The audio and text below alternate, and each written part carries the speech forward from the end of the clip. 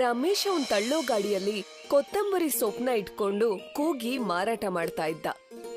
ಅರೆ ತಾಜಾ ತಾಜಾ ಸೊಪ್ಪು ತಗೊಳ್ಳಿ. ಬಿಟ್ಟು ಅನ್ನೋ ಒಬ್ಬ ಗ್ರಾಹಕ ರಮೇಶ್ ಹತ್ರ ಬಂದು ಕೇಳ್ತಾನೆ, ಅಣ್ಣ ನನಗೆ 10 ರೂಪಾಯಿ ಕೊತ್ತಂಬರಿ ಸೊಪ್ಪು ಕೊಡಿ.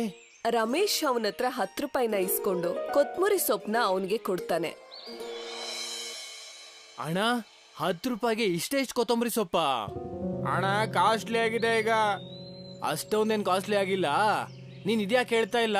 ಬೆಲೆ ಜಾಸ್ತಿ ಮಾಡಿ ನೀನು ಗ್ರಾಹಕರನ್ನ ಯಾಮಾರಿಸ್ತಿದ್ಯಾ ಅಂತ.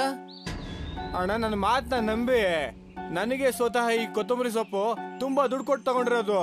ಈ ಇಡೀ ಊರಿನಲ್ಲಿ ಕೇವಲ ಜಮೀನ್ದಾರರು ಮಾತ್ರ ಕೊತ್ತಂಬರಿ ಸೊಪ್ಪನ್ನ ಸಪ್ಲೈ ಮಾಡೋದು. ರಮೇಶ್ ಹೇಳಿದ ಮಾತುಗಳನ್ನ ಕೇಳಿ ಬಿಟ್ಟು ಬೇರೆ ಅಂಗಡಿ ಹತ್ರ ಹೋಗ್ತಾನೆ.